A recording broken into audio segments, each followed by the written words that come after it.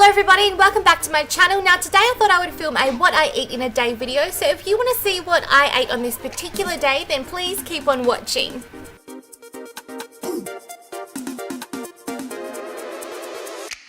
To start my morning, I like to have a nice hot cup of coffee. Now I'm actually a really boring coffee drinker. I like it as a long black with no milk, no sugar, and a little bit of cold water in the top so it doesn't burn my face off. Now I know the top of this coffee looks like shit, but I'm not a barista, guys.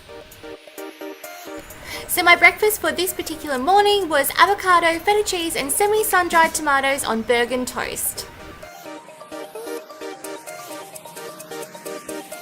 Not gonna lie, I was actually extra nervous for the purpose of this video because I was worried that the avocado might end up being brown and disgusting, but I was actually really lucky. So here I am mashing up my perfectly green avocado.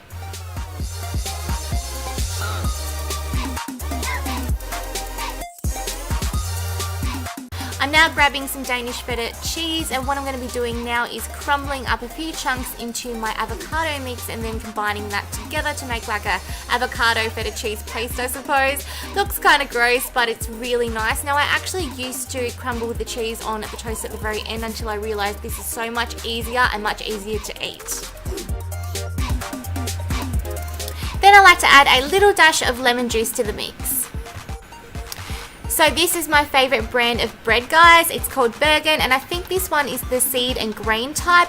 Now in my opinion, I think this bread is just better for your body and your digestive system. So basically I'm just toasting 2 slices, ready to go. Once the toast is cooked, I put a bit of margarine on each piece before putting my avocado / feta cheese mix or paste, whatever you want to call it. And then I like to also add these semi-sun-dried tomatoes. I've been obsessed with these for so long. I'm pretty sure my mum is the reason for this.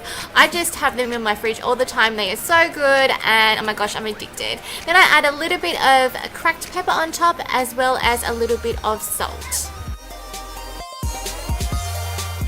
The final ingredient that I use on my toast is a little bit of balsamic vinegar. Now you guys don't have to add this to your toast if you don't like balsamic vinegar. It's totally optional. The toast tastes amazing without it anyways, but if you like balsamic vinegar like me, I recommend to add a little bit to your toast at the end because oh my god, it tastes amazing.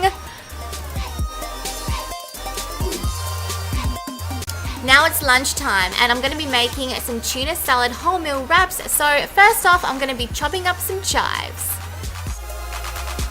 So I'm now taking a can of tuna chunks in spring water, and oh my goodness guys, I can't tell you how hard it was to get this tuna out of this can into the bowl on camera. It was almost as if the tuna was really wedged in there, so it was super annoying. Anyway, here I am just mashing up the tuna so it's not so lumpy. And then what I did was add some light whole egg mayonnaise and stir that through. Then I put in some cracked pepper as well as some salt, and then finally the chopped up chives that I chopped up earlier. In they go. And then stirring all that through to make a nice tuna paste ready for the yummy tuna salad wraps. Now I'm going to chop up some baby spinach and baby rocket into fine pieces so it fits better into the wraps. And then I'm going to be taking some of these Perino cherry tomatoes and slicing them up as well.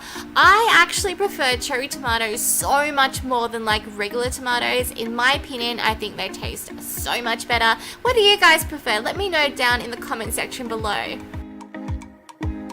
Okay, so now it's time to wrap these bad boys up. So I'm using these wraps by Mission, I think that's how you say it. And they're wholemeal ones because I prefer wholemeal. I think it's better for you. Anyways, I put my salad on first and then my tuna. I don't know why I did it. For some reason, I'm thinking I should have done it the other way around, but oh well, it's been done now. And then I just wrapped them up. Now, this was a little bit fiddly, but I got there in the end. And then I cut it in half just so you guys could have a little look. And then at the very end, I actually cut them a bit smaller to be more bite-sized.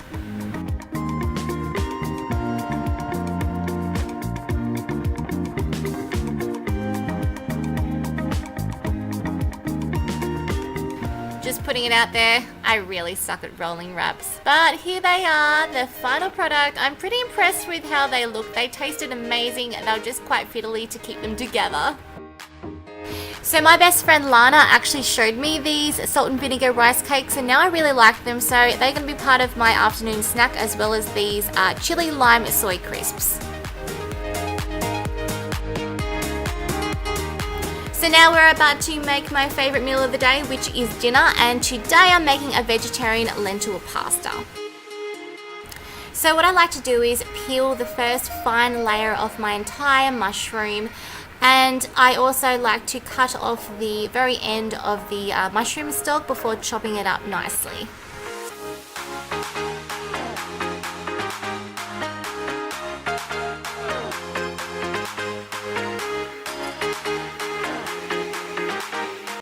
Okay, so let's just face it guys, I don't think anybody enjoys cutting an onion, so it's pretty much straightforward. I just chopped it up into small pieces, ready for the pasta sauce, and had a bit of a cherry.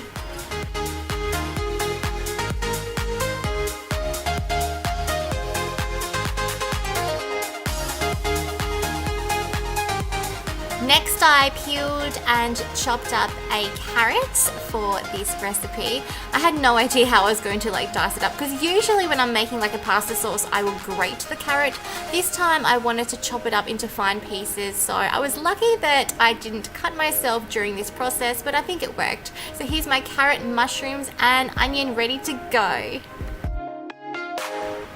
You know what guys, I can never be bothered measuring my pasta, so honestly I just chuck it in a pot and hope for the best, and then I cover it all up in some water, well as much water as I think it will need, and then I just put it on my stovetop and add a little bit of salt just so the pasta doesn't stick. Now we're going to get our sauce ready, so in a frying pan I'm going to add some oil, and then I'm just going to wait for that to heat up and then move it around a little bit just so the whole pan is covered in enough oil so things don't stick. Then I'm going to be adding my chopped up carrots as well as my chopped up onion, and then giving those two veggies a little mix around. Yum! Then after a few minutes, I will toss in my mushrooms and then stir those through as well. Now for some flavour, and we're going to be adding a teaspoon of minced garlic and a teaspoon of ground cumin seeds. Next, I'm going to be adding a full-size can of the Italian diced tomatoes, as well as a 140 gram can of tomato paste, and then just mixing that all through.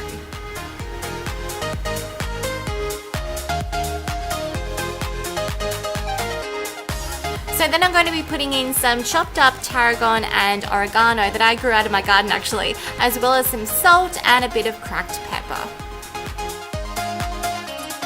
So then I gave that a really quick stir, and then I grabbed my lentils, opened up the can and only put half of it in because half was more than enough.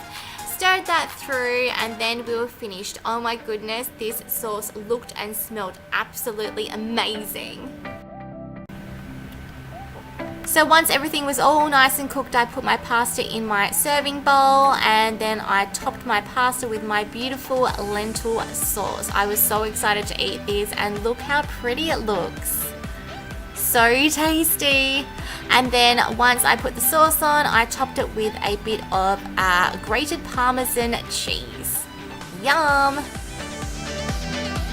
So here it is guys, and to be completely honest with you, I was the most proud of this dish because it looked and smelled so amazing, and I could not wait to try this. So that is it guys, that is what I ate for this particular day. If you enjoyed the video, be sure to give me a big thumbs up, and also don't forget to subscribe if you haven't already. I'll see you guys next week. Bye!